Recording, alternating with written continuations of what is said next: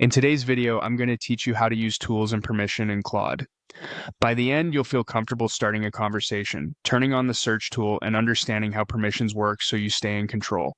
First, open Claude in your browser. You'll land on a clean workspace where everything happens inside a single conversation window.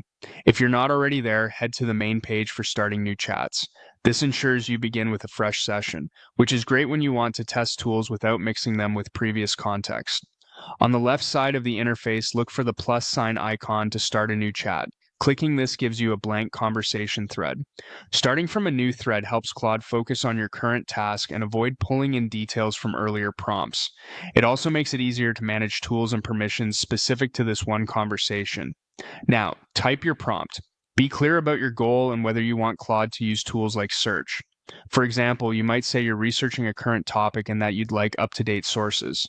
The more context you provide, your audience, format, or constraints, the better the results. If you know you'll need citations or links, say so up front. This helps Claude decide when tools are actually necessary rather than guessing.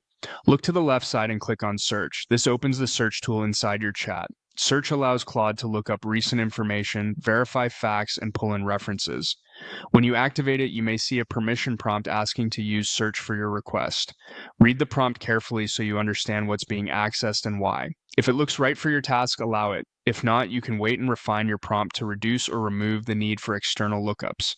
A good rule of thumb is to enable search when you need timely or verifiable information, and leave it off for brainstorming, drafting, or tasks that rely on your provided context.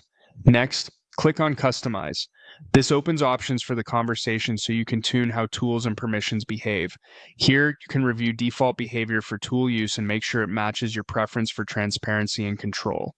If you prefer to approve tool use every time, keep prompts enabled. If you're working quickly and trust the workflow, you can allow smoother use while still monitoring what's happening in the thread.